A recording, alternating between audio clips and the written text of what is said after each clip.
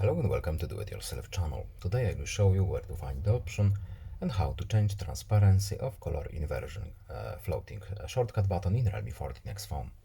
We are talking about this button here, how to change its transparency. So first of all we need to go to settings, next accessibility and convenience, then accessibility again, and then in the vision tab we have our color inversion options, and here is shortcut.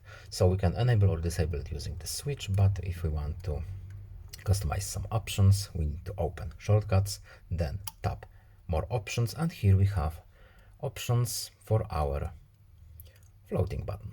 So we can change its size and we can enable fade when not in use, and then we can change transparency of this button.